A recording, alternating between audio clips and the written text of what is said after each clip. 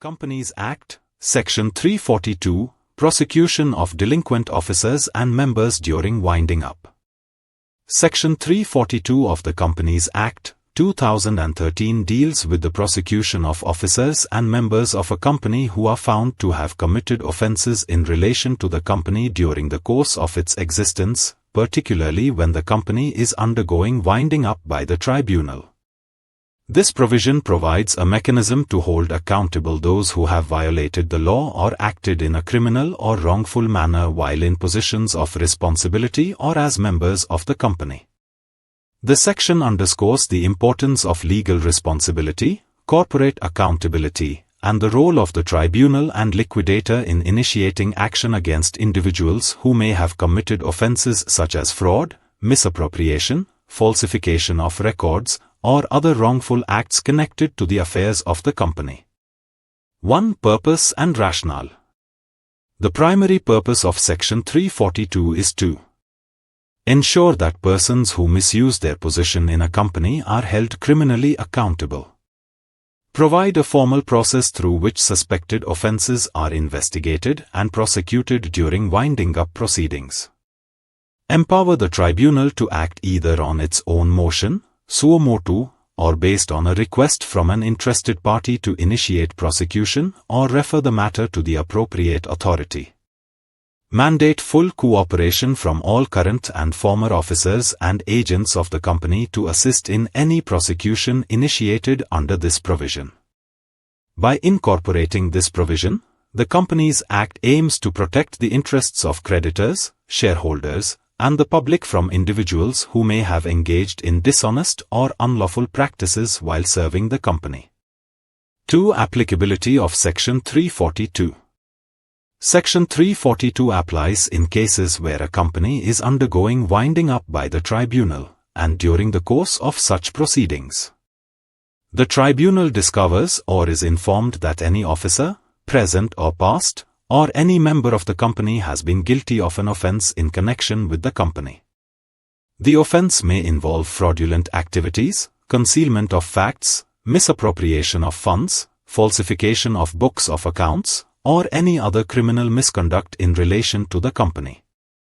This provision focuses on both past and present conduct, meaning even those who have left the company or ceased to be members or officers can be prosecuted if they are found to have committed offences while associated with the company.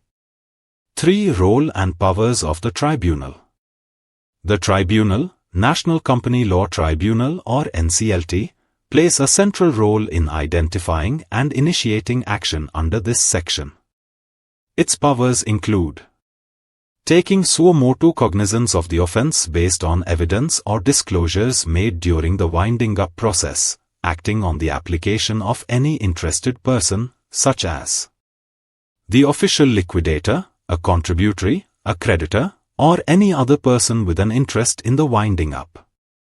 Once the tribunal is satisfied that there is sufficient ground to believe that an offence has been committed, it may issue directions to the company liquidator or official liquidator to initiate prosecution against the persons concerned, or refer the matter to the Registrar of Companies, ROC, who may take further legal action under applicable provisions of the Act or other laws.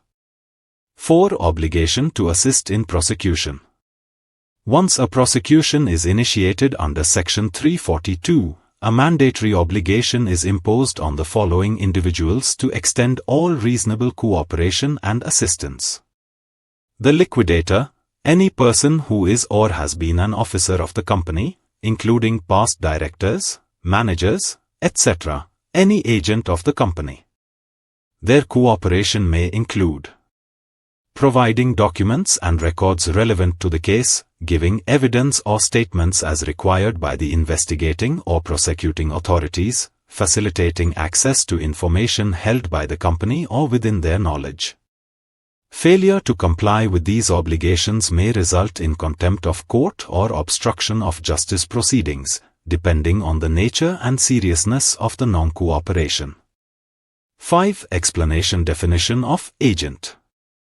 The explanation appended to the section clarifies the scope of the term agent, thereby expanding the range of individuals who may be called upon to assist in prosecutions.